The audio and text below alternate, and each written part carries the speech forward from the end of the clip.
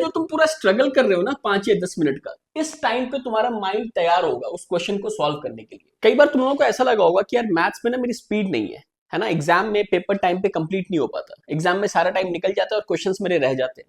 और प्रॉब्लम ये नहीं है कि मुझे क्वेश्चन नहीं आ रहा होता, प्रॉब्लम ये है कि मुझे क्वेश्चन आता हुआ भी पेपर के अंदर मिस हो जाता है टाइम की वजह से। तो ऐसा मैं क्या कर रहा हूं कि मैं टाइम लिमिट के अंदर पेपर को कर पाऊं? मेरी प्रैक्टिस में ऐसी क्या कमी रह गई है जिसकी वजह से मैं पेपर को टाइम पर नहीं कर पाता? क्वेश्चंस क्यों छूट जाते हैं? हर पेपर में मैं 10 से 15 मार्क्स से क्वेश्चन छूट जाता हूं, या इवन 5 नंबर का क्वेश्चन तो छोड़ के ही आता हूं। ऐसा क्यों हो रहा है? कुछ ना कुछ तो रीजन रहा होगा ना बच्चों।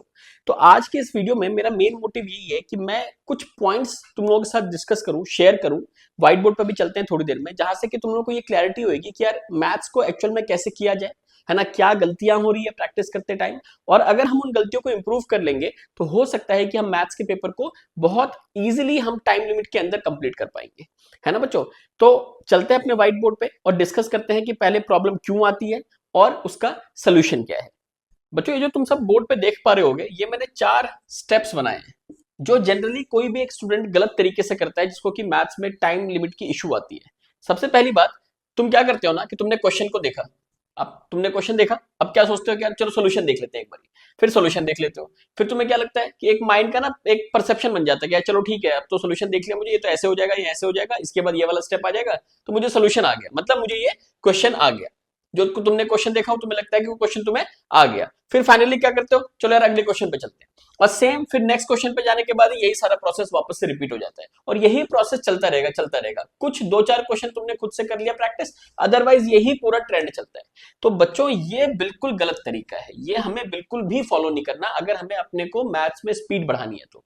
अब मैं तुम्हें बताता हूं कि जो मैं एक मेथड तुम्हें बता रहा हूं उस तरीके से क्वेश्चंस को सॉल्व करना है, अपने आप ही तुम्हारी स्पीड इंक्रीज हो जाएगी। तो चलते हैं अब हम लोग, जो हमारे पास जो स्ट्रैटेजी है जिसके थ्रू हम लोग मैथ्स में स्पीड को बढ़ाएंगे और पेपर को टाइम लिमिट के अंदर सॉल्व करेंगे बच्चों। बच्चों जो बोर्ड पे तुम लोग देख पा रहे होगे, मैंने एक DRR मेथड बनाया है। DRR मेथड का क्या मतलब हुआ कि D से do it yourself, then R stands for revisit, and then फिर फाइनल वाला जो R है वो हमारे को रिवाइज। अब इस मेथड में हमें करना क्या होता है, लेट सपोज कि तुमने एक क्वेश्चन को दोबारा से देखा, तुम्हारे पास क्वेश्चन आया, तुमने क्या करा, पहले तुमने खुद से ट्राई किया। चाहे बच्चों इस क्वेश्चन में तुम्हारे को 5 मिनट लग रहे हो, चाहे 10 मिनट लग रहे हो, तुम इस क्वेश्चन को खुद से ट्राई करो स्टेप बाय स्टेप, जिस तरीके से तुम बोर्ड्स के एग्जाम में करोगे। क्वेश्चन आया, वेल एंड गुड, नहीं आया कोई बात नहीं। उसके बाद हमारे को दोनों तरीके से हमें किस पे चले जाना है, रिविजिट करना है। रिविजिट किसको करोगे, सॉल्यूशन को देखो, अगर एग्जाम्पल है तो तुम सॉल्यूशन देखो, अगर क्वेश्चन किसी बुक में है तो तुम्हारे किसी ट्यूशन में कहीं हुआ होगा, या तुम्हारे स्कूल में हुआ होगा, या आजकल तो इतने सारे ऑनलाइन सोर्सेस है, कहीं पे भी उसका तुम दोबारा से सोल्यूशन देखो। और सोल्यूशन देखते समय ये फिगर आउट करो कि यार अगर मैंने सही करा था तो क्या मैंने कुछ मिस किया, क्या मैंने कुछ स्टेप्स मिस किए, या अगर मैंने कुछ गलत किया है तो मैंने क्या गलत किया, एग्जैक्टली उस वाले पर्टिकुलर स्टेप को पॉइंट करो, वो तुम्हारे पूरा गेम को बदल देगा, है ना। जब तुम ये वाली स्ट्रैटेजी यूज करोगे ना कि यार पहले खुद से ट्राई किया, देन मैंने रिविजिट कर लिया, और फिर फाइनली क्या करूंगा कि मैं इसको रिवाइज करूंगा, कि अगर मेरे पास सोल्यूशन गलत भी आ गया ना तो मैंने दोबारा देखा सोल्यूशन को, मैंने अपने मिस्टेक्स को फिगर आउट करी और मैं उसको दोबारा से रिवाइज करूंगा। ये एक पर्टिकुलर क्वेश्चन के लिए हमारे को ये DRR मेथड को यूज करना है।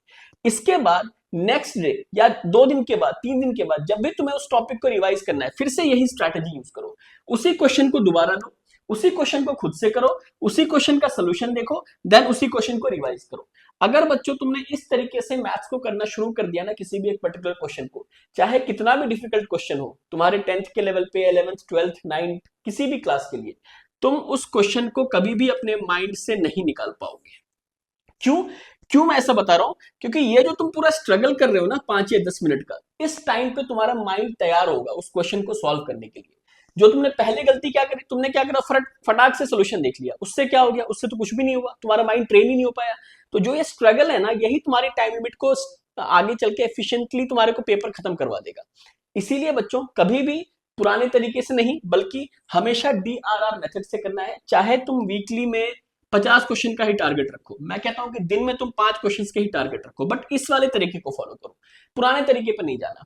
तुम्हें पता भी नहीं चलेगा कि जब तुमने वीक में 50 क्वेश्चन शुरू किए थे करने, कब ये वीक के 100 क्वेश्चन हो गए ना, कब ये वीक के 150 क्वेश्चन में कन्वर्ट हो जाएंगे, तुम्हें पता भी नहीं चलेगा। ये इतना एफिशिएंट मेथड है। तो इसीलिए बच्चों जो तुम गलती करते आ रहे हो, उस गलती को छोड़ के दोबारा से इस DRR मेथड पे फोकस करते हैं कि पहले do it yourself, then revisit and then revise. इस मेथड से प्रिपेयर करो, है ना, अपने आप ही टाइम लिमिट तुम्हारी पेपर के अंदर अंदर ही तुम सब खत्म कर लोगे।